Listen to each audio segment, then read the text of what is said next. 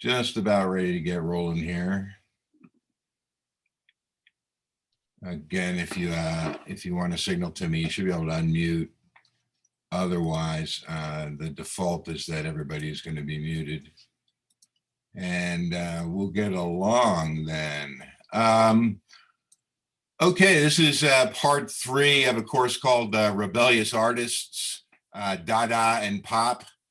And what I'm trying to outline is that Dada, a movement that came into being in the teens in the 1900s and pretty much ran out of steam by the end of the 20s, laid out some ideas about what art is and the proper artistic stance for persons in the visual and the performing arts.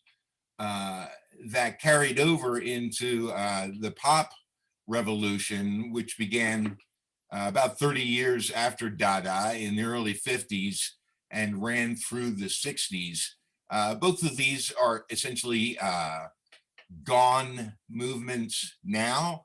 One movement characteristically succeeds another in art, and it's I mentioned before, it's sort of a cliche, but we like to have convenient labels for things, and especially in the arts, it's difficult to make sense of what's going on unless you have certain principles that you say certain artists are following. Let me share my screen here. Where's that button? There we go. All right, here we have an avant-garde piece, New Descending a Staircase by Marcel Duchamp.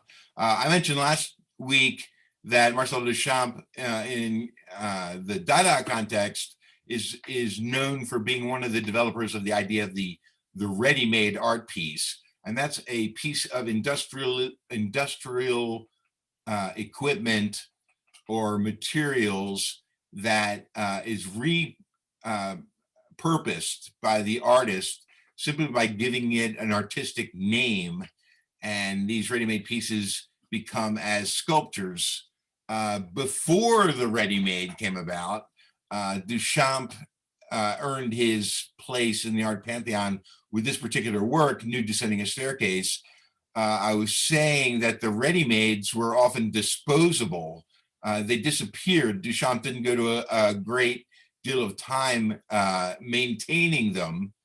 And I can tell you that there's no greater commitment that an artist makes than being the sole curator of their work. But as the ready-mades disappeared, New Descending a Staircase was also repainted at least 3 different times. Now, I'm not clear on the history. This could easily be discovered. I don't think the pieces were stolen, but I do think when there became an interest in this particular composition and the ideas behind it, Duchamp painted the thing 3 times so that he could make 3 different sales. Philadelphia Art Museum has the most celebrated version of this, New Descending a Staircase #2. It's in the Arensberg collection. The Arensberg were a couple of art collectors in New York, and the expatriate Dadaists from Europe congealed in the Arensberg flat night after night after night. And there's some hilarious pictures of the whole Dada tribe hanging out in that apartment. Some of these satirical drawings and collages created by the artists themselves, showing them hanging out and excluding all the Americans, as I mentioned. They were a bit snobby about that. So about 1913, I think, is the date on New Descending a Staircase. It was shown at the famous Armory show. It was vilified. This is the start of the Cubist movement. The idea of Cubism being that the conventions of painting that took hold starting in the Renaissance and featured a false perspective in the canvas to give what you were drawing the illusion of three dimensions. This was seen as a construct that could easily be gotten rid of. And the rationale for doing so is that a flat canvas doesn't capture our actual experience of reality. In our experience of reality, the camera, so to speak, which again is just a metaphor, the eyes in our head don't act like a camera. They never turn off. They never frame anything. And the point of view that we're looking at is constantly changing. In effect, it's a kind of blur. Now, what happened with Duchamp is he was fascinated by the work of Edward Muybridge, who was an early photographer who attached tripwires to moving objects so that as they reached a certain point in space, they would launch the camera. They would cause the lens of a single camera to open and close. And in this way, he would take still lifes that were in succession using like 24 cameras. So you get 24 pictures as something moved across the room. This is, as you can imagine just by me describing it, is a precursor of motion pictures. But these studies were widely circulated and published.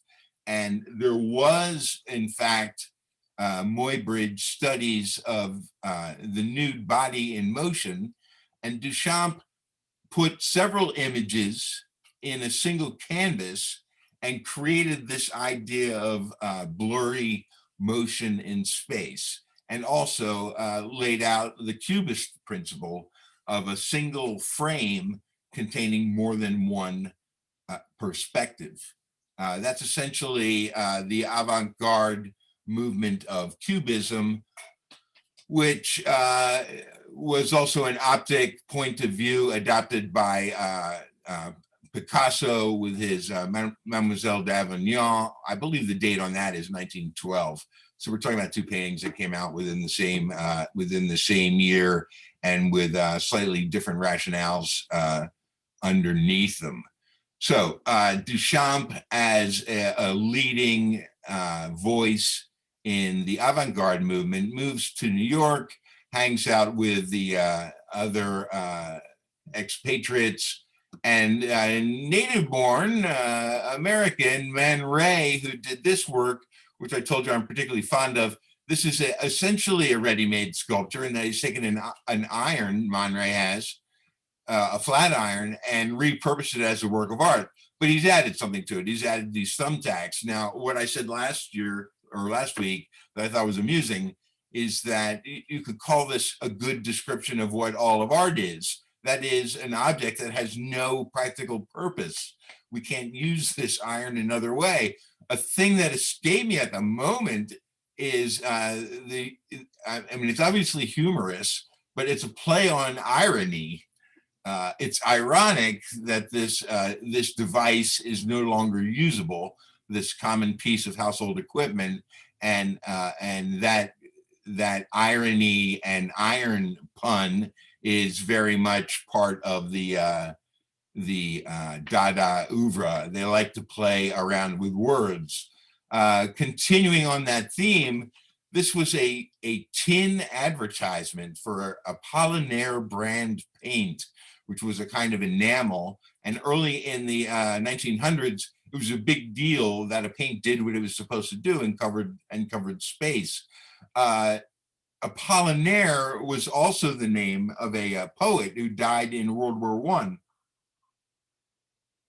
And he was a friend a lot of these expatriate artists from France. Duchamp knew him tangentially, although he claimed him as a friend. He also admitted he didn't know Apollinaire very well. But this advertisement was repurposed as a remembrance of the painter Apollinaire, who happened to share the same name, give or take a letter or two, as this paint company.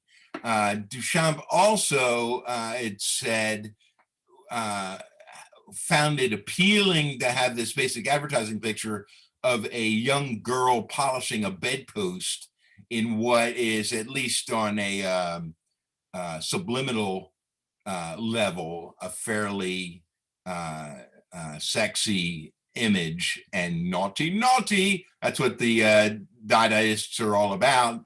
The smirking sex joke behind the hand. And that, although it does sound juvenile, and it is also a kind of position for an artist to take in a world that takes things too seriously. And where does it get us? It gets us to World War I, economic collapses, and the chance that you could drop dead in the street of an uncontrolled pandemic. So what is there except to laugh? And sex jokes are the best. Marcel Duchamp is famous for those. There's also some wordplay on the back of this particular tin card where he's taken the advertising copy and just blotted out random letters to get the thing to say something entirely different. I don't have the actual phrase for you on the top of my stack of notes here, but this wordplay is fascinating and ridiculous at the same time. It never amounts to much, but what they're saying about the fluidity of meaning and the way we understand our position, that it quickly devolves into absurdity anyway, in that it's so difficult to make oneself heard and understood. And we all know the danger of that. And then when you talk about a whole society, it's rarely that people are moving in the same direction at once, although you can make the claim that that's absolutely necessary for our survival.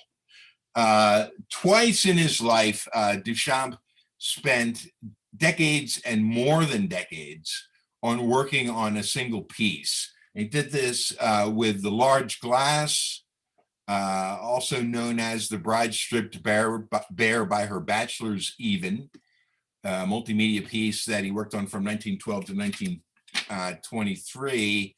And then also farther down and around in the next room from the large glass, when we visit this at the Philadelphia Museum of Art, is Marcel Duchamp's Etan donné la chute d'eau, le gaz d'éclairage, which translate as given, the waterfall, the illuminating glass, a mixed media piece that he worked on for 2 decades, from 1946 to 1966, when he was virtually making nothing else, doing no other artwork, but investing in this second large conceptual sculpture of his. I mentioned the word conceptual. Let me say this about Duchamp. If you look vigorously into art history, the way I have, I just love those shows like Robert Hughes's Shock of the New from the 80s, and Colin Matthews, or is it Matthew Collins, the BBC guy, did a 6-part series on modern art. If you watch those shows, they'll tell you that art historians will break all categories of art from the last century into the current time as being influenced by either Picasso or Duchamp. And what does that mean? From Picasso, we get the painterly, the master in control of creating a likeness. And all of the artists of abstract expressionism, for instance, or the realist school, which never disappeared, they all owe their existence and their attitude towards art to Picasso, the constantly changing, typical or protogenic artist, painter, sculptor, lover, and dying with an estate in excess of $1 billion. So you have Picasso towering on the one side, and on the other hand, you have Duchamp, which doesn't represent holding a paintbrush. What it represents is a concept of art that it doesn't occur as much on the canvas as in a philosophy outside the work, or an idea outside the work that describes what you're seeing. So the location of art itself because of Dada, because of Duchamp, moves from the canvas and being essentially what you can see, the paint strokes you can see as applied by the artist, to something conceptual. The idea in the artist's head, what is he communicating? And as part of that, Duchamp, and not every one of his followers does this, Duchamp actually wrote catalogs and catalogs describing his work. So there's notes attached to the work that we're looking at, which is The Bride Stripped Bare by her bachelors even. And all of the different parts of this so-called machine are described in detail and given names, given a culture, given a history. I mean, you remember last week I showed you out of my own history a reliquary containing a deck of cards I found one at a time on the streets of Philadelphia. Well, I talked about that at when I was a Jeopardy contestant. These little ideas, these little things that can be tracked along the internet through photographs, through testimonials, through Duchamp's personal notebooks, give a deeper provenance to a work of art than just the chain of owners, which is what we depend on, you know, in the more traditional history. Duchamp creates his own history for his work, and each of these becomes, in essence, a reliquary containing, you know, artifacts from the life of the artist.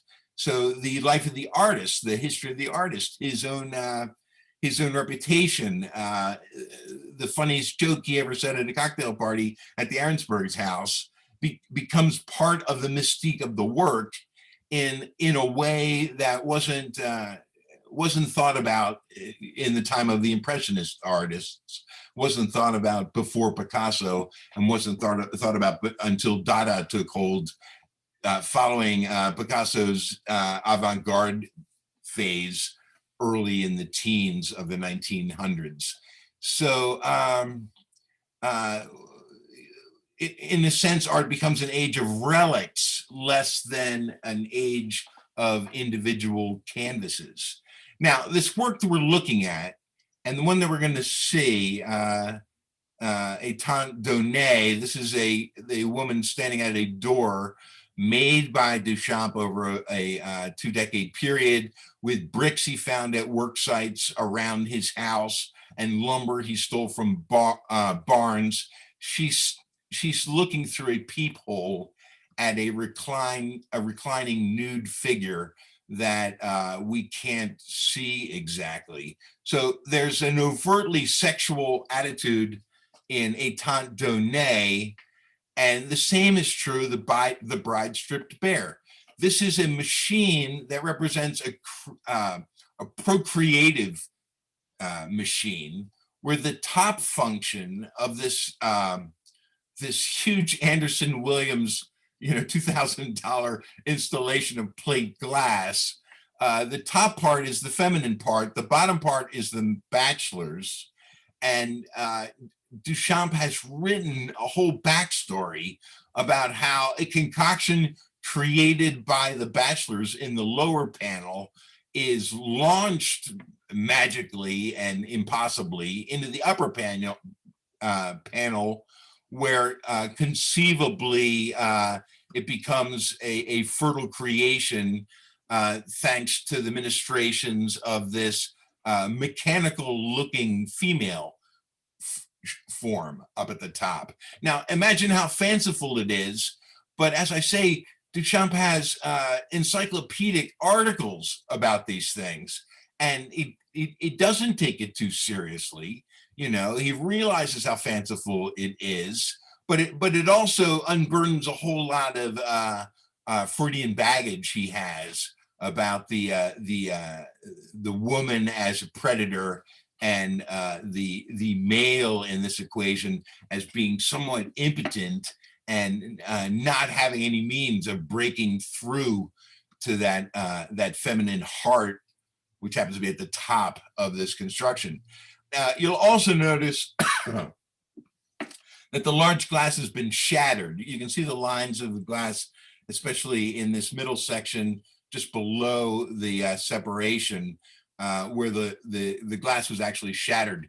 Oh, in the 2 decades he made it, we saw a picture two times ago about dust piling up that Man Ray and Duchamp took pictures of, documented of, because that extends our understanding of the piece and actually extends the physical center of the piece beyond its own final creation through all of the photographic records that built up the meaning of the thing.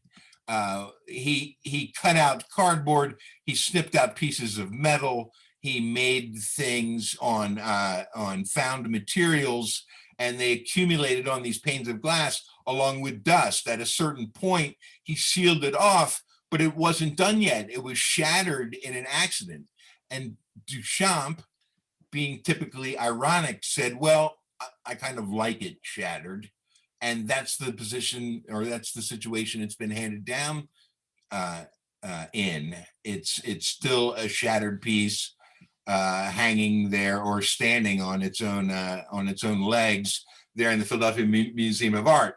Now, on the idea of extending the nature of art out of a canvas stretched between 4 pieces of wood, the idea of the ready-made and Duchamp's idea about his work, extending it through catalogs and such, it displaces where the thing actually exists. If we say that art is conceptual as well as physical, then this reproduction of the large glass is in a sense as vibrant to us as the one that's about 12 and a half miles from where I'm sitting here in my house. And I mentioned that because you can extend that idea in a natural direction. If you go to the Tate Gallery in London, which I've done, they actually have a restored version of the large glass. It's an absolute copy of it, exactly the same dimensions, made by an artist who is not Duchamp, in a sense as a tribute to Duchamp, but also getting in on that train, which never stops moving, that involves the history of this art. So he restored it, made a version of the large glass that hasn't been shattered, and it has a validity all of its own. Now, you'd have to say it only extends the myth of this quintessential conceptual art piece. It doesn't actually make anything new, but he's hopping in to restore one of these ready-mades that in one sense never actually needed to be restored because it wasn't made of something that could be broken. All right, that's enough mumbo jumbo on that topic, but let me just say this is a sexual topic, and notice that it's visible from both sides. We can walk on either side of the large glass and see what's going on. And Duchamp is assuring that what is going on with this enormous chocolate grinder down here and the 9 bachelors looking like different chess pieces, a game that Duchamp was fascinated with, and all this turning and grinding and spewing of essential ether is happening wide out in front of us, wide out and open as a public show. Here, we're going to see an intensely sexual art construction made by Duchamp over twice the amount of time that it took him to do the large glass. But here, he forces us to look through 2 tiny little holes that are stereo peep holes in this big oak door that is created. And so the sex, the dirty part is, if you will, it's, as Woody Allen said, it's only dirty if you do it right. The sexy part is obscured from us, but also we have to make some effort to get to it. Now, the comment here, besides all the double entendre about sex and all we can say about, the smirkingness and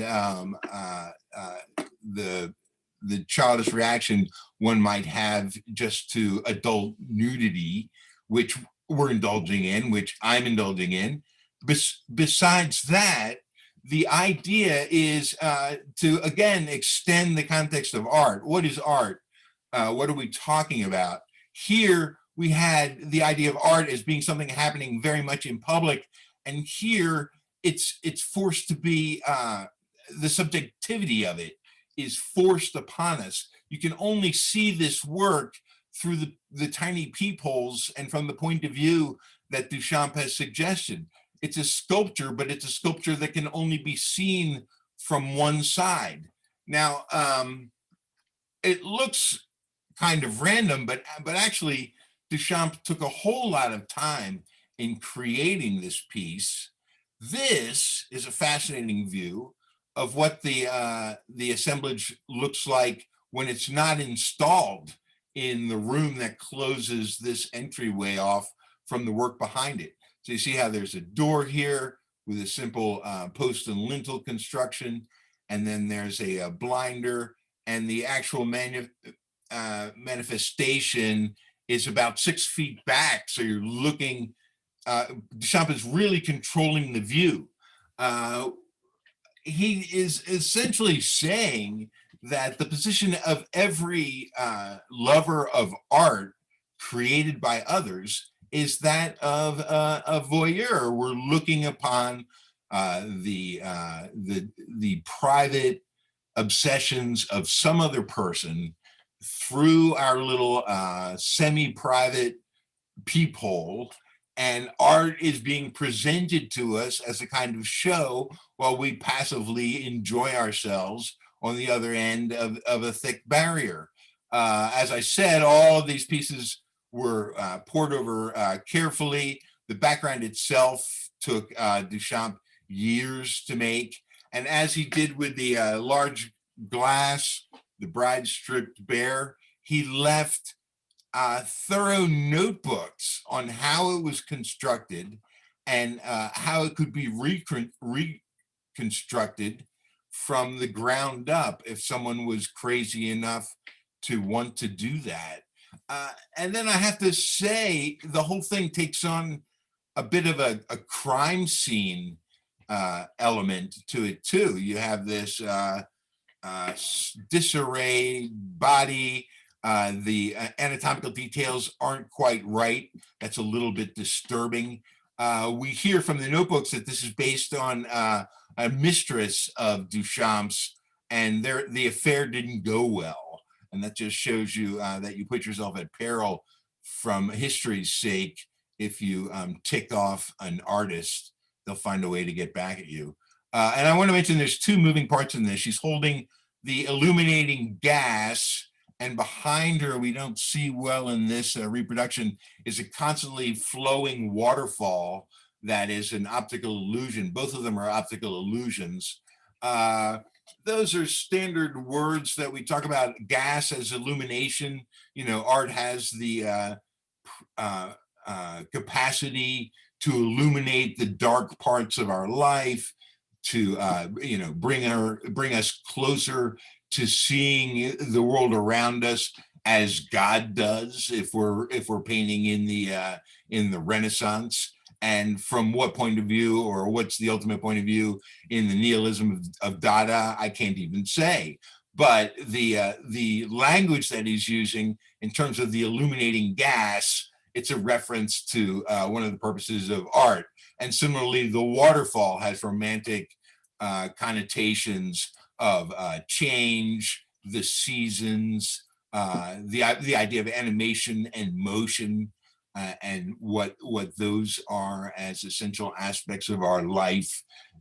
Marcel is definitely working with the word pieces to get us to see art, especially this installation of 2 decades, as having the characteristics of procreation and sex and regeneration, but also something just a little bit naughty about it, a little hidden about it, taboo, in the absence of a reasonable God or a reasonable humanity. These gestures, no matter how elaborate, have an absurd quality to them. And I think that's the justification for the absurd position of this naked woman lying on her back in a field next to an endless background of primeval forest, who's holding a continuous flame in one hand, you know, like some sort of mythic creature that we've fallen in on. And then just quickly about the language, the translation of this piece is given the waterfall and the illuminating glass, like the whole thing is an experiment that has a preordained ending or conclusion or something that you're looking for. And in fact, it's not. We can constantly state art as a mystery and yet be perfectly satisfied with a smirk on our face that we know what that mystery is all about. And Duchamp is telling us that life as we know it, especially these artistic constructs that people like me are so obsessed with, on the other side is an absurdity. It's a construction that leads nowhere except you desperately peeping through the space that the artist has left for you, wishing somehow you could have a better view. And I think making us see things that way is the brilliance of Duchamp and the reason we put up with all of this crap. All right, so we're going to jump ahead 30 years. Duchamp didn't go anywhere. Duchamp didn't disappear. In fact, he was still alive in 1951 when Susan Weil, who became the wife of the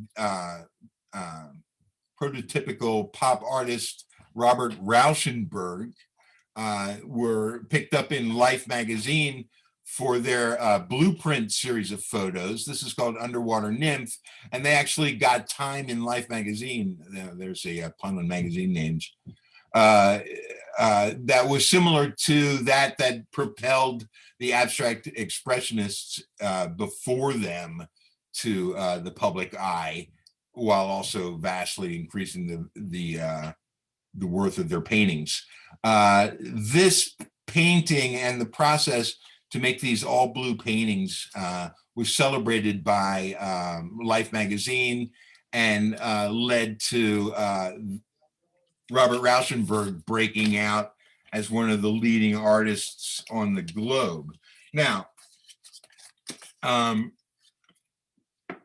what's important for me to get across is the connection between Dada and Pop. So one thing we're going to see instantly with Rauschenberg in this piece, Bed, Mixed Media, 1955, is that he's just taken a bedspread, a quilt, and he's heavily painted it, repurposing a found object, something literally found in the alley around his house, like my deck of playing cards, and repurposing it as an artwork, which he called Bed. They asked him when it was displayed, a certain segment of the artistic population ran in horror. You know, it's horrible. It's an ugly thing.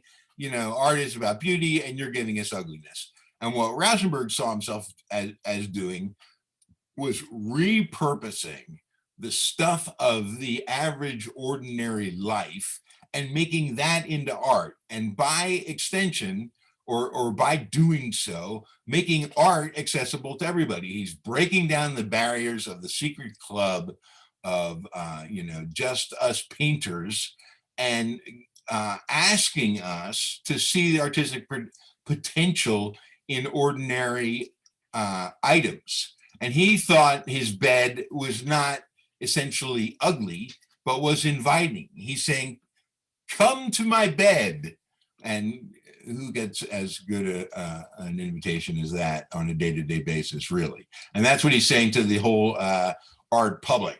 Rauschenberg is, as Duchamp was rebelling against the Impressionists, who were pure painters, Rauschenberg was rebelling against the abstract expressionists, who were pure painters. All they wanted to put in their frames was the art itself. The expression art for art's sake has a lot of connotations. One is the painter saying, like de Kooning, when I paint, the paint stroke is everything.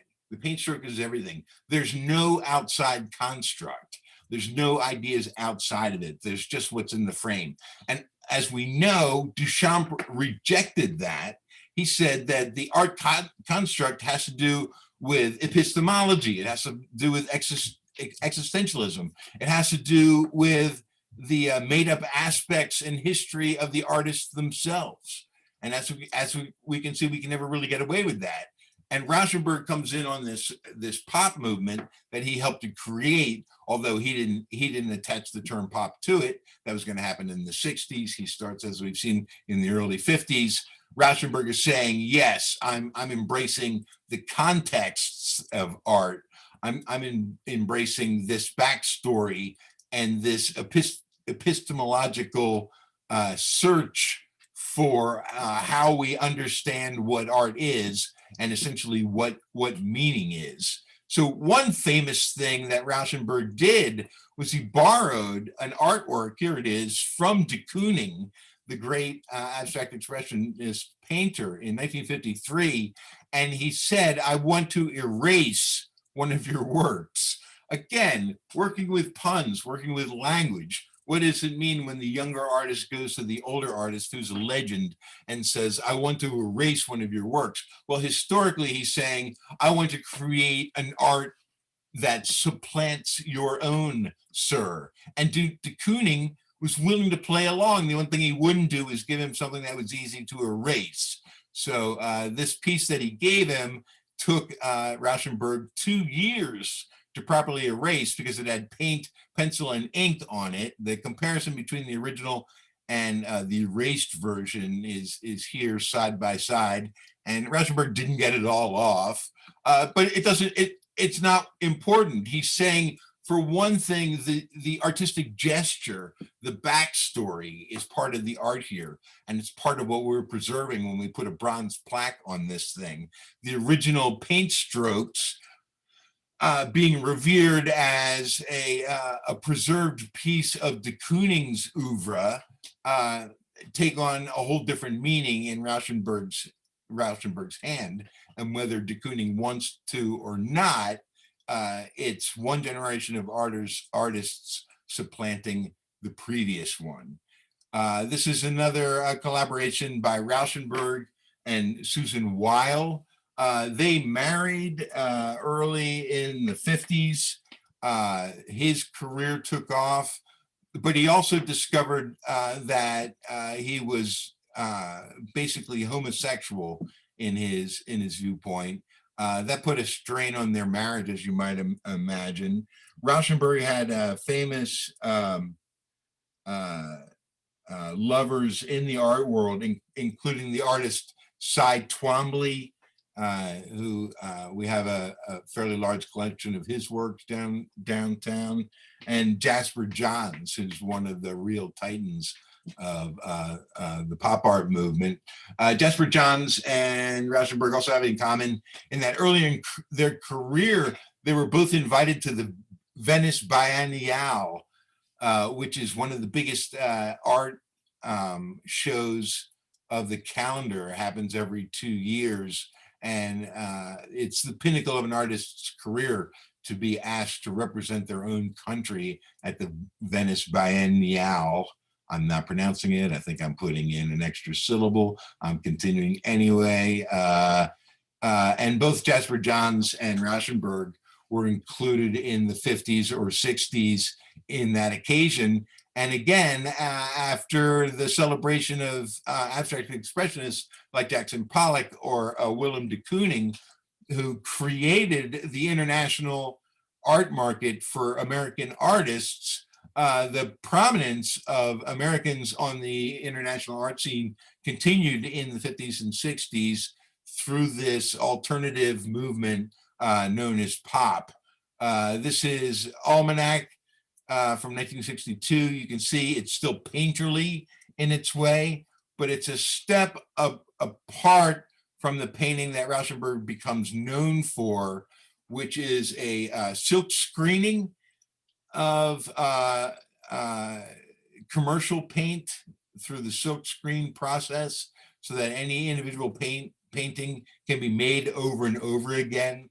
The originality of a work of art once again being diminished in favor of reproduction. And what does that say? It connects the artist to an industrial process, a manufacturing process, rather than a hokey romantic process that these artists are saying in a lot of ways is just a bunch of mumbo jumbo. We'd rather be closer to Crisco and Coca-Cola than Michelangelo and Da Vinci. Nobody actually says that, but you see what the point I'm trying to make. So silk screening is an industrial way of reproducing a picture, and pop artists like Rauschenberg, and we'll see next week, Andy Warhol, love silk screening as a process. Notice also, we've seen a whole lot of collages. Notice by using these photographic collages, Rauschenberg can organize into one image. This is Buffalo 2 from 1964, the picture of Kennedy, this gesturing hand, this item here that seems to have something to do with blueprints or a model for something. And then over in the lower right-hand corner, something from the space program, which very much dates this, along with Kennedy and the date on Buffalo 2, 1964, as being part of America's prominence as an industrial power, as a manufacturing power, and as a scientific power. And Rauschenberg's taking all those ideas with this collage form and including everything within one frame. I skipped over, I showed you his bed, and I skipped over Monogram. These are his versions of ready-mades. They were called combines. And what he did was repurposed things he found in the alley outside of his house. Now, when he was a kid in the very provincial town of Port Arthur, Texas, Robert Rauschenberg apparently owned a pet goat, and he revived that in this piece, Monogram, which shows the goat through a rubber tire. That's been suggested as being a reference to the petroleum based economy that he came from there in Texas, there in Port Arthur, and was going to return to in the 70s when he bought an island in the Gulf of Mexico. Rauschenberg did his late silkscreen works in that island, and had a lot of artist friends hang out with him down there, including Jasper Johns. This image of the goat through the tire, it's called Monogram. That could be a reference to this as having the shape of a letter, like in a graphic construction. The dominance of graphics as a point of view of your art, we've seen in the collages of Kurt Schwitters, or the Dada canvas by Picabia, where he snipped out his picture and dangled a tobacco pipe from his nose, but also had the word Dada there. It's an emphasis on graphics. That's an emphasis on industrial reproduction of ink and color, rather than anything that is made artistically by an artist with a paintbrush. Now, if you see Monogram, which I've been fortunate enough to see, there's plenty of paint slathered on this. There's paint all over the nose of the Angora goat. There's paint on the 3D wood and canvas construction that the goat is resting on. And there's also the suggestion of sexuality in this. The horny goat rammed through the rubber circle. A lot of people will tell you is a reference to the sexuality of the artist. And don't we all want to reference the sexuality of the artist? There's no sense in going over these old pictures that there's anything like too much information. From Duchamp's large glass to his peepholes, it's pretty well established that artists are sexual beings in work of Pop and Dada. 1963, this is a work called Tracers. You see how it has a reference to much older styles of art, but is repurposing them using modern reproductive means. I sound like Duchamp again. Notice he's got this fake instruction here, an arrow pointing up through a box, which is like a blueprint plan for something. Here we have an American eagle, and here we have some helicopters up above. There's a whole lot going on in this picture. You know, the Renaissance shoved in with the modern.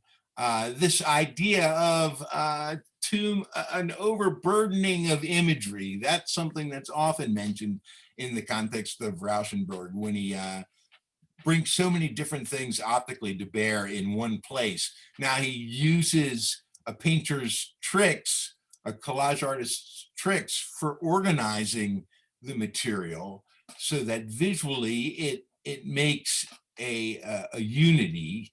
It gets across something that's aesthetically pleasing from the point of view of the balance of the paint and the balance of the objects, the content.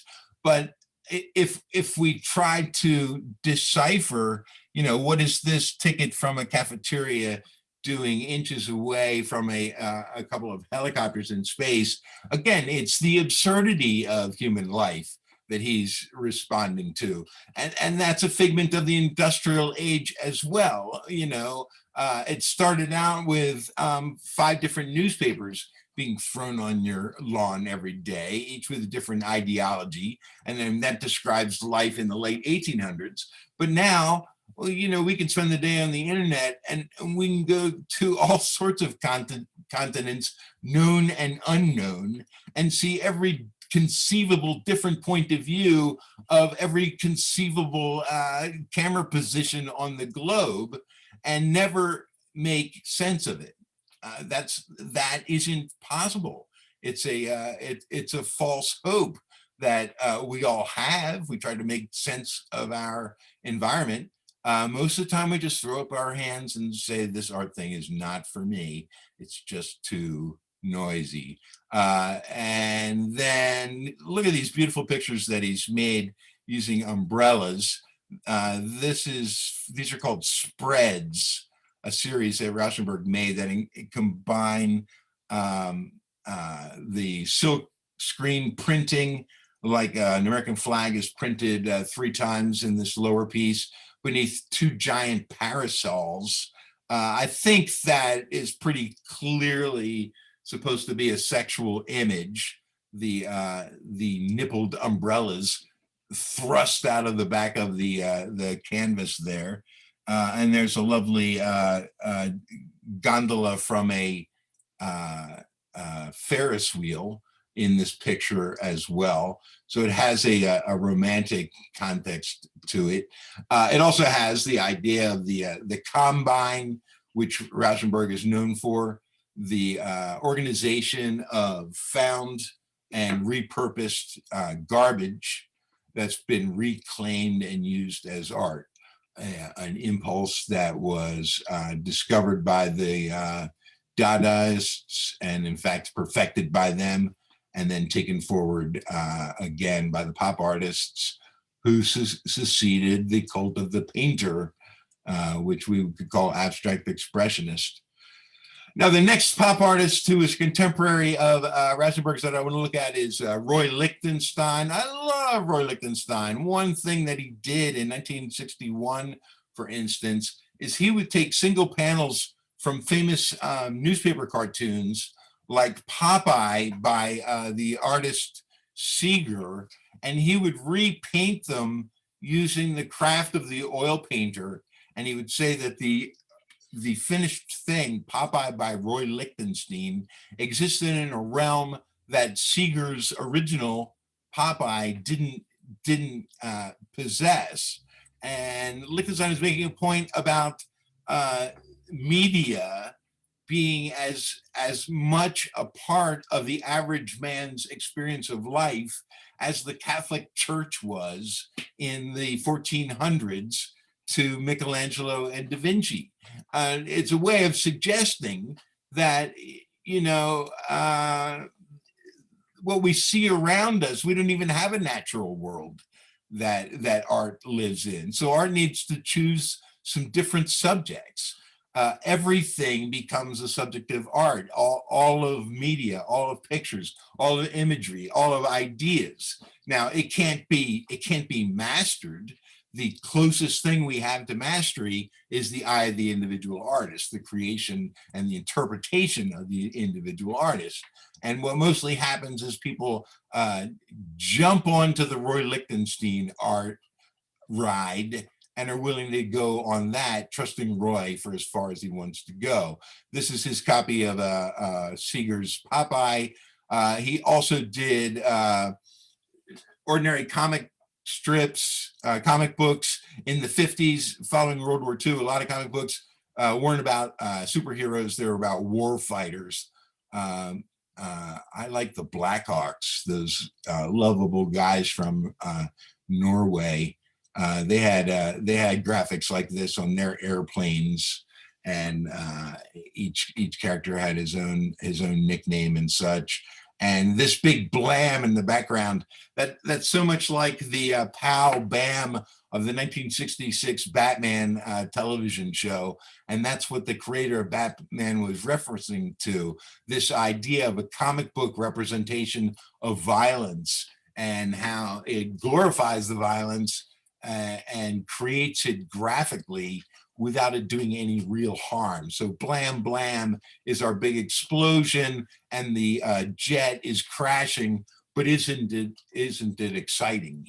And that is an advantage of pop culture too. It separates us from the real death and blood and guts of things, and turns everything into sort of a passive entertainment. And there we are outside the peephole, staring through the holes that the artist wants us to look through and seeing nothing else.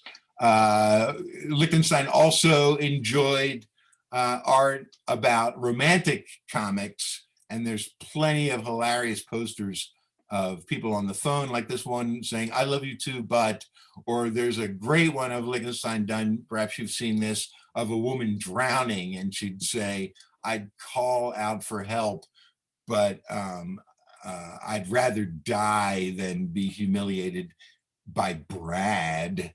And that, just the extremity of those emotions, and that concept of romance appealed to Lichtenstein's sense of irony.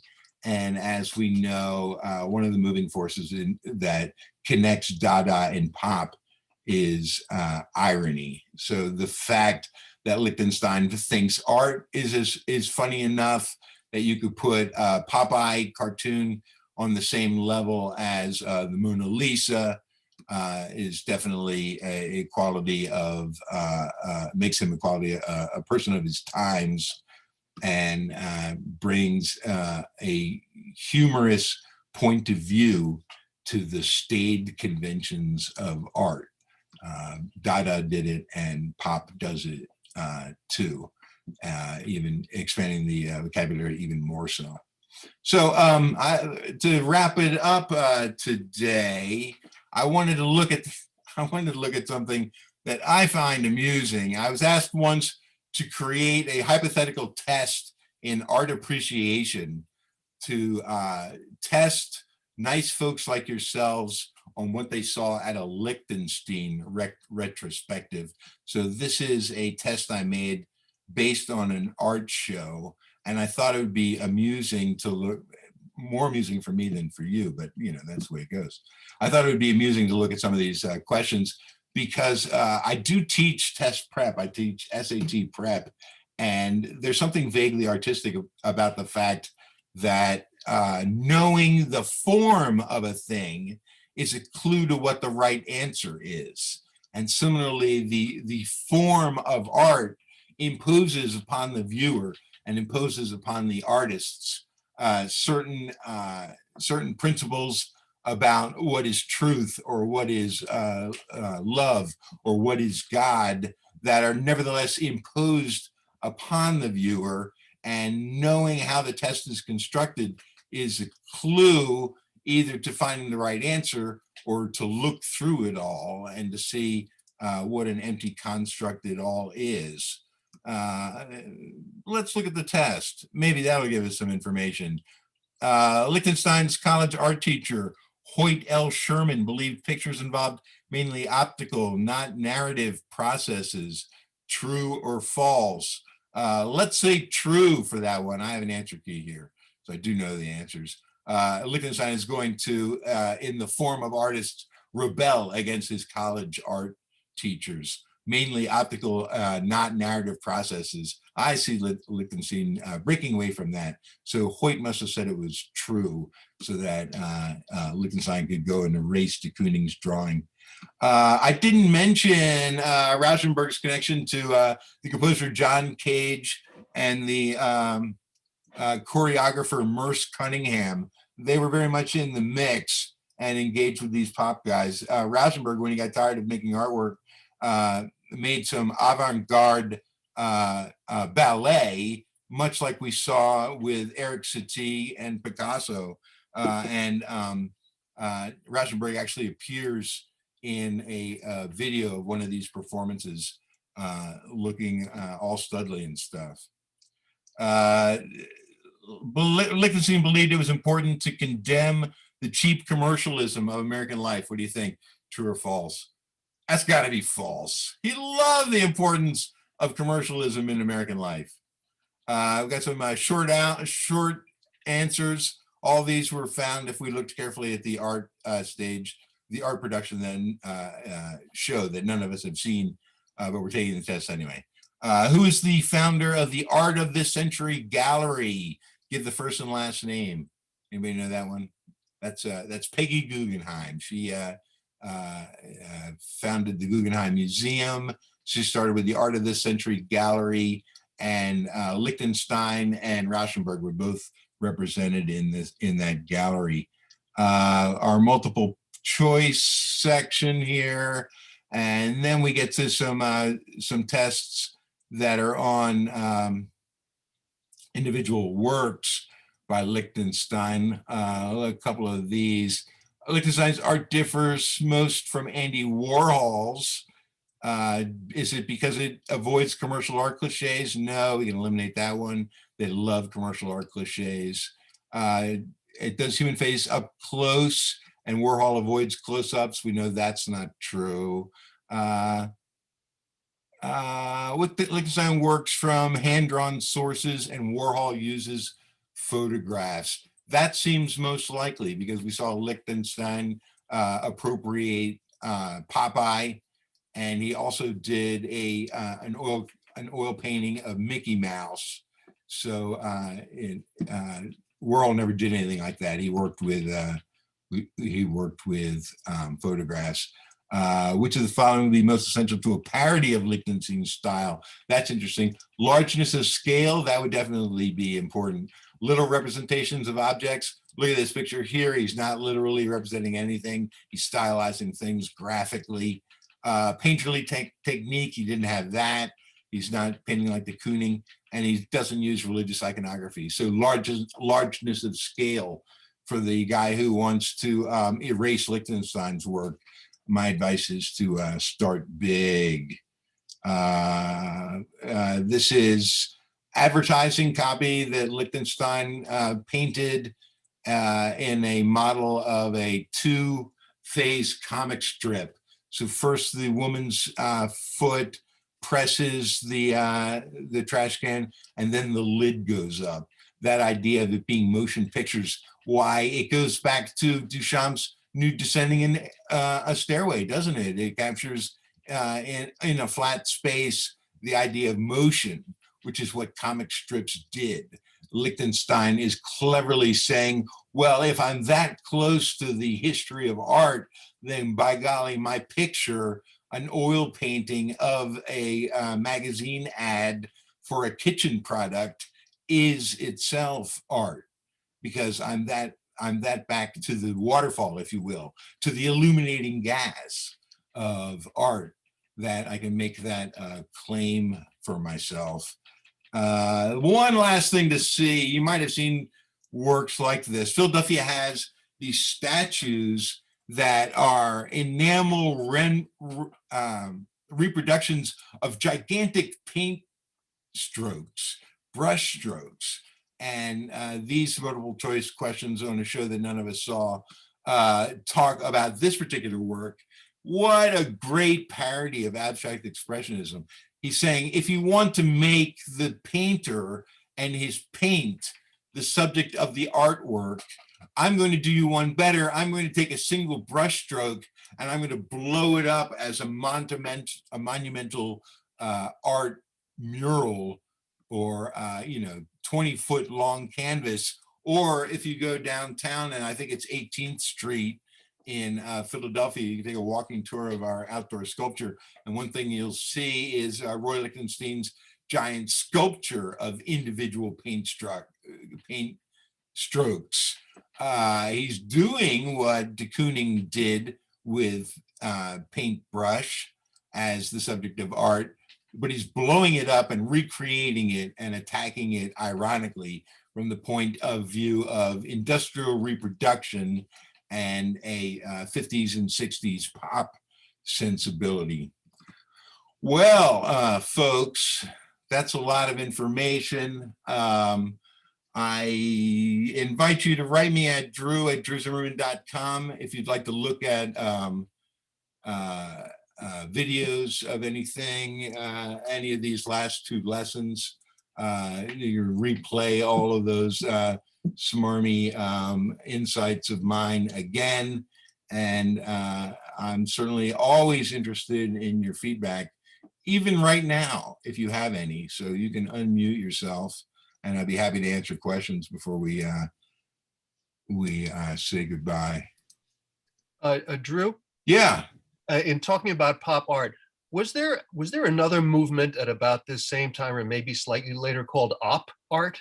Yeah, op art is similar to pop art, thus the rhyme, but op art focused in on one small characteristic of pop art, and that was the industrial reproduction. What they were going for was the aggravation that certain patterns create on the eye, and the idea of a still picture with an intensely created graphic creates like a glow, a shimmering, and we've all seen work like that. I can't remember any particular artists. I keep looking at this couch that I've made, but it's too big, it's too heavy to bring in front of my my picture. But yeah, op art is connected to pop art in that they're both concerned with